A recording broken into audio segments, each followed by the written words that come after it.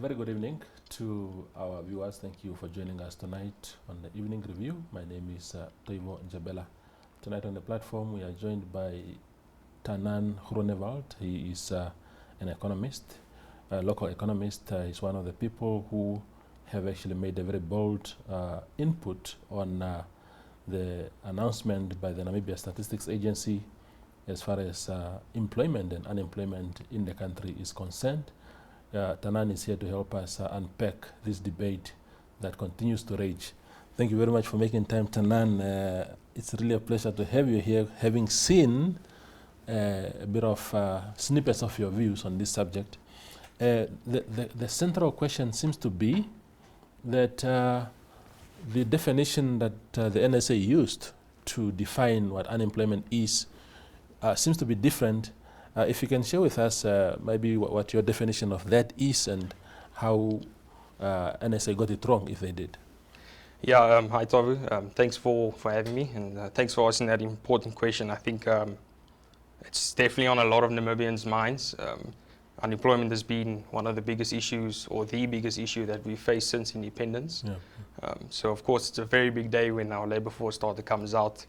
And the definition of unemployment, there are two main branches. You have strict unemployment and you have broad unemployment. Yeah. When you look at the strict unemployment rate, you are only considering people who they do not have a job. Yeah. They are actively looking for a job in the past few weeks, and they would take a job if something came up in the next 2 weeks. Yeah, yeah.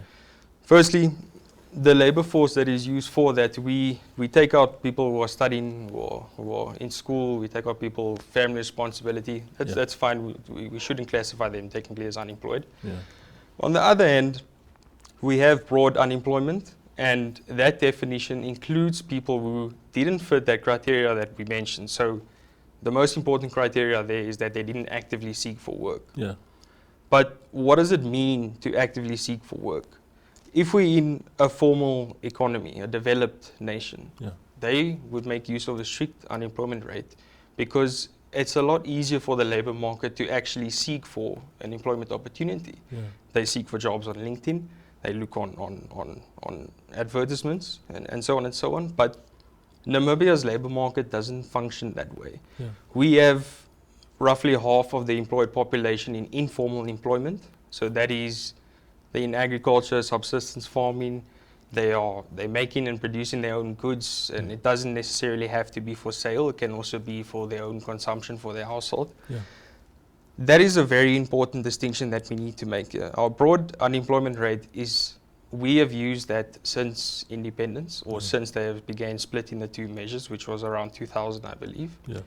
And because of our labor market, we need to use a broad unemployment rate to include those discouraged job seekers. Because even though they have stopped looking for work, that does not mean that they would say no to a job opportunity that comes up. Mm-hmm. Yeah, because that group of people that you said are discouraged. I mean, personally, it was the first time that I've heard of the expression. So just to make sure again, you said what does that entail exactly? So if you are a discouraged worker, it means that when you were surveyed that question in the census or the labor force survey, you did not answer yes to the question, have you actively sought employment in the last 4 weeks? But again, what does that mean to actively seek employment? Yeah. And why only in the last 4 weeks? It does not necessarily mean that that person does not want a job in the future. Absolutely. Now, another debate, a huge debate, perhaps the biggest one, is that NSA is comparing the 2018 statistics with the 2023 ones, using completely different methodologies, and that if you were to use apple to apple, that the outcome that was announced yesterday would be completely different. If you can engage me on that one. Yes, absolutely. So the issue with the reporting of the official headline unemployment rate is that they've used the broad definition in 2018, but they've used the strict definition in 2023. That is a very, very big difference. And the reason being why is that if you look at those people who are discouraged from seeking jobs, it is actually more than the people they have classified as unemployed. And reason being, in 2018, about 75% of discouraged job seekers stated that before they quit their search, or not necessarily quit, they will still accept something in the future, before they quit their search, they've been searching for more than a year. Sometimes this can go on for decades. We still see the same individuals who couldn't have find a job in 2018, still not find any sort of employment in 2023. That is a very, very big difference. So in economist terms, this would be the equivalent of stating that our GDP growth has improved substantially from 4.2% to 15%, but not stating that one is nominal and one is real growth. Or in more simple terms, it's comparing apples and oranges, but not stating which fruit is in either basket. That is the issue at hand here. When the labor force results were presented, it was a comparison of 2018 to 2023. And that was broad and that was strict. But there was no mention on the methodology that was used. There was no mention that one was broad, that one was strict. We have used broad in every labor force edition before today's one. So it's difficult not to think that this was done on purpose to paint less of a grim picture. So would it have been a problem if, for argument's sake, in 2018 they had used the strict definition or methodology and repeat the same as much as the broad definition is the one that had been used for long? Would it have been an issue if they had just compared, even if it's strict to strict at least? Well, I think the underlying issue is that even though the definitions between the two periods have changed, there was no transparency that this was done.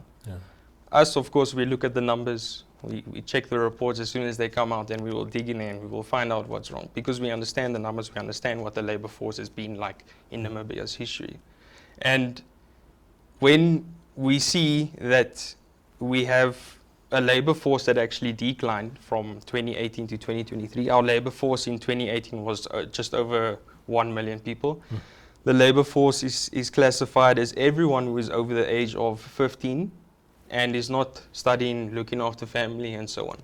That strangely declined to about 800,000 Namibians.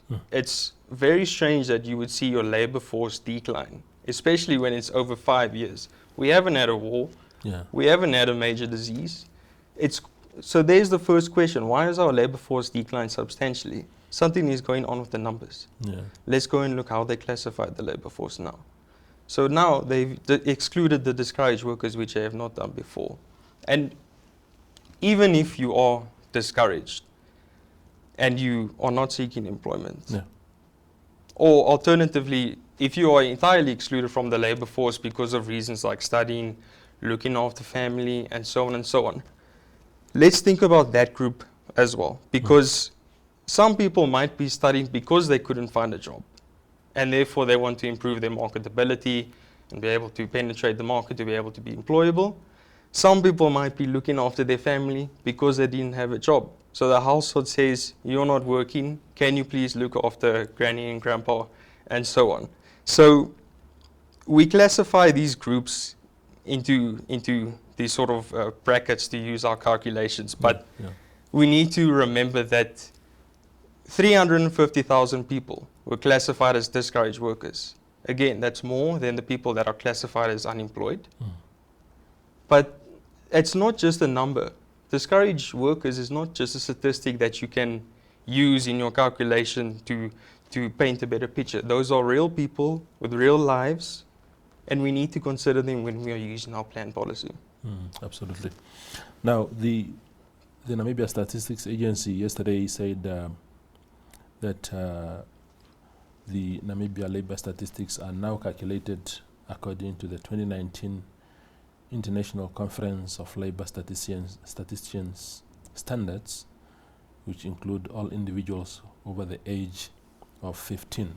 If we were to take this as the method that they have used, would it still justify what we have seen coming out of this? Yeah, so the measure that they've used now is a strict definition that In some countries it is the standard, the International Labour Organization, but that is more for comparative purposes when you are analyzing country to country. If, as we say, in a more developed nation, where unemployment rates sit somewhere between 0 to 10% and so on, then it's okay, because people might not be seeking work for different reasons. They might already have enough wealth in their family. They might not necessarily need to seek an employment opportunity out of survival. But the first issue is Namibia is not following the standard that we have done in previous editions. Yeah. The second thing is, in 2020, our National Planning Commission said that we use the broad unemployment rate, and that is in all of our labour force surveys because it is a lot more appropriate for Namibia's labour market. Namibia makes use of a broad unemployment rate. The Southern African region has also used a broad unemployment rate. African nations have used a broad unemployment rate, and other developing nations make use of it. Because of that issue, that a lot of the employment, so to say, is actually informal. And the other thing is, the bar for employment is very low. Mm-hmm. To qualify for employment status, you need to work at least 1 hour, just 1 hour, in the past 7 days, whether it is for money or for in-kind receipts, so food, bread, and so on. You can also count as employed if you are working for your own consumption, if you are subsistence farming. That is where the problem lies. We cannot exclude that large percentage of the population that are in that sort of employment. Yeah, that is very strange, because I mean, if that qualifies as employment, really, I can tell you. I mean, you mentioned a very important point about subsistence farming, for example, because where I come from, people work the land in order to feed for themselves. But if that qualifies as employment of some sort, when that person cannot even send their child to school or to afford a medical bill, a small medical bill, then that is quite problematic. Yeah, it is. And again, if we use the broad unemployment rate, we can start to see the reason why these people are struggling. Yeah. Because we have 55% of the working age population that is unemployed. That is an embarrassment for Namibia. We're going to have all of the eyes on Namibia. International countries, the rest of Africa is going to look at us and see what on earth is going wrong here. Yeah. And we will start being investigated as to what's gone wrong. And also, just to add to that, the reason why it stands at such a high number, it seems almost unfathomable to most. It's because there's 2 issues here, or 3, let's say. The first one is that the bar is very, very low. The second one is that we haven't collected data on labor force statistics for now 5 years. The last one was 2018. We have no idea what has happened to the labor force from 2018 to 2023. We know that our economy started to decline from the start of 2015.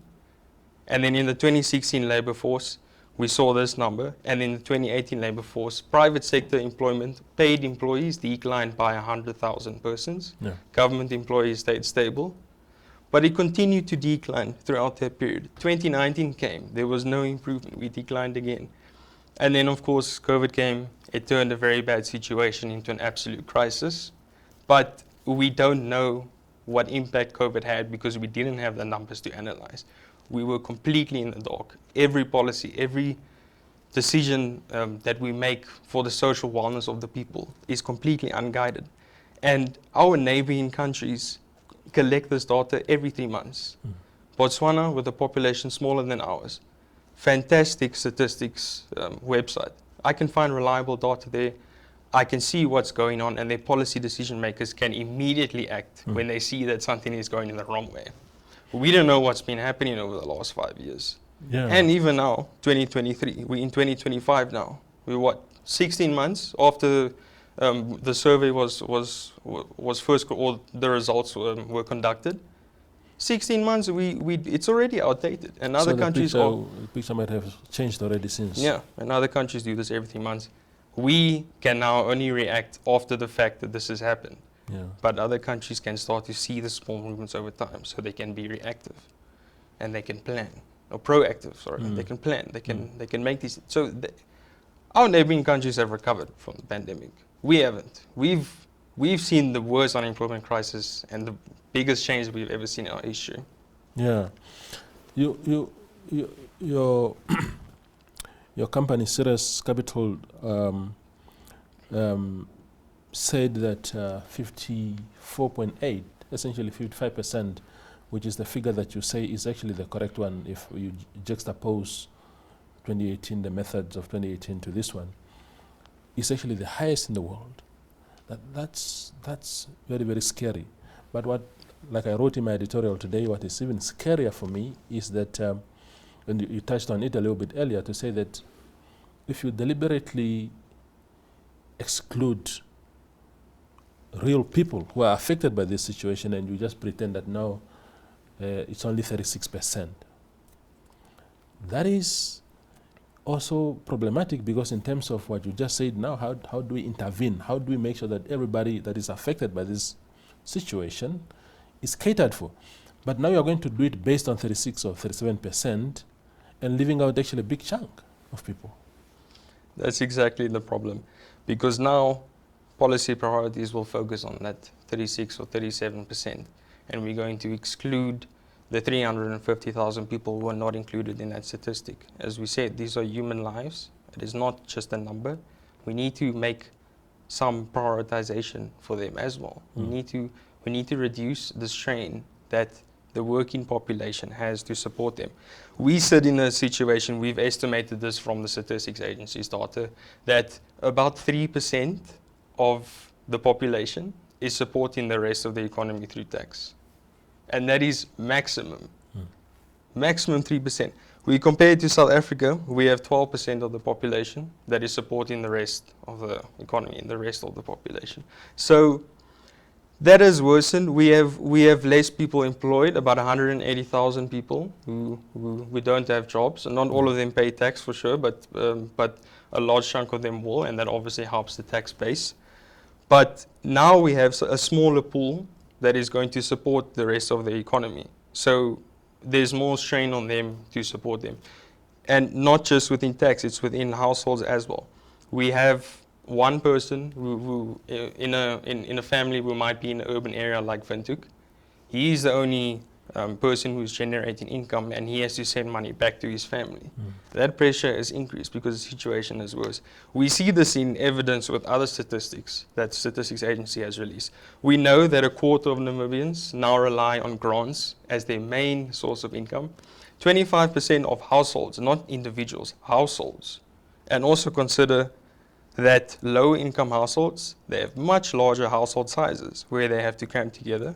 That doesn't necessarily mean they will have, they might tend to have more income generating per person, but their consumption also increases, so that doesn't really help.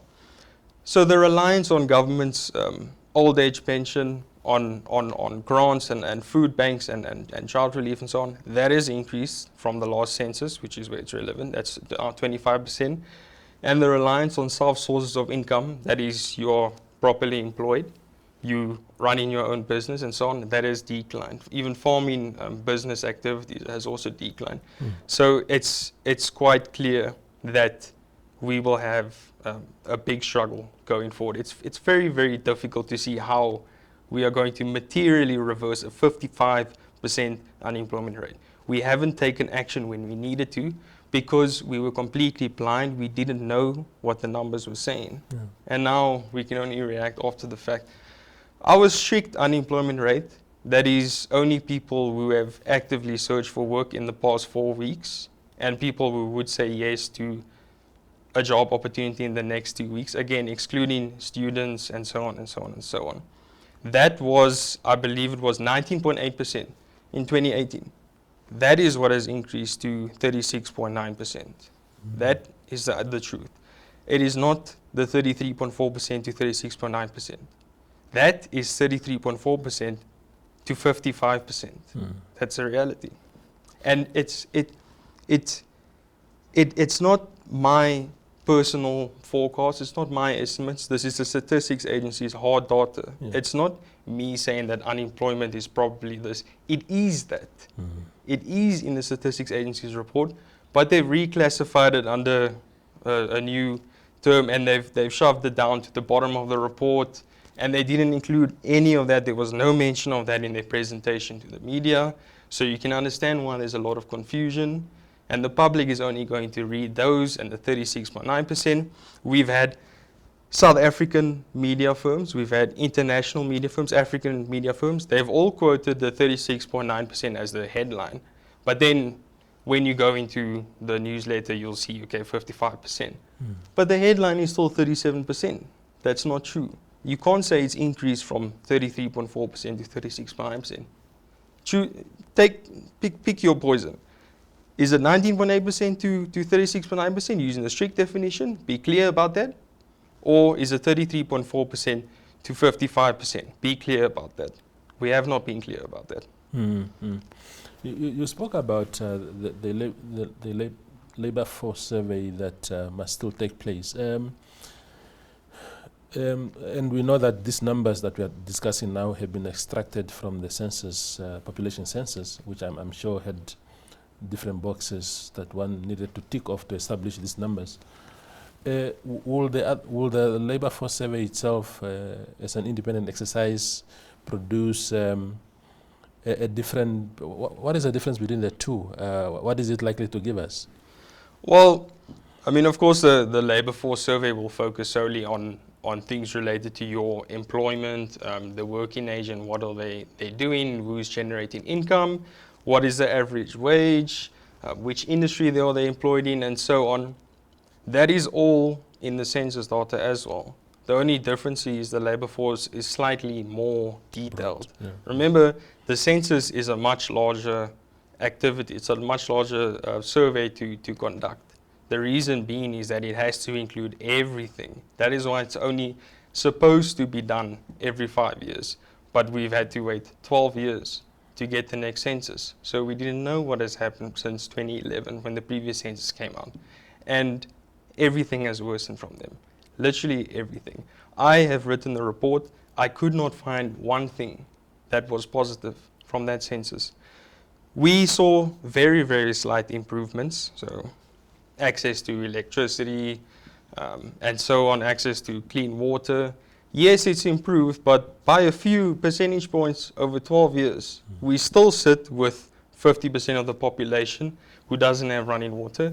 We still sit with 50% of the population who doesn't have electrification in their house. Actually, less than that have it. We have 40% of people who have a toilet. Another 40% of this have to resort to open defecation in open fields and so on.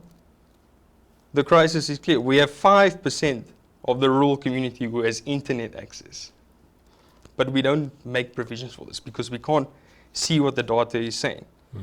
And then when we have an opportunity to improve that, we don't like competition in Namibia. It's a strange one, because when foreign money comes in, we say, no, we don't want your money. But when foreign money leaves the country, we say, no, please don't leave. So what is it? Absolutely. We need to invite foreign competition here. Yeah. And I think it's very misunderstood, because we think it's a foreign business, they're going to take jobs. That's false, because that business will say now it's 20, 50 people, very skilled thing. Because of the interlinkages in the rest of the economy, every other sector is going to benefit. Let's take internet, for example. We have 5% of people in rural areas that have internet, but if we just improve that, imagine what the entrepreneurs could do in those rural areas if they had internet access. Imagine what urban areas could do if they had speed. But I'm going off the topic a little bit here. Back to the thing, the census covers everything, including the labor force stuff. It is not necessarily that the census is inadequate. If the labor force survey was done at the exact same time as the census, we would have seen the same results, assuming everything else is equal. Absolutely. Tannan, thank you for coming on the platform. All right, thanks a lot. It was great. Appreciate it. That is Tannan Groenewald. He's a local economist, digesting for us the the employment and unemployment statistics released yesterday by the Namibia Statistics Agency. Thank you for watching.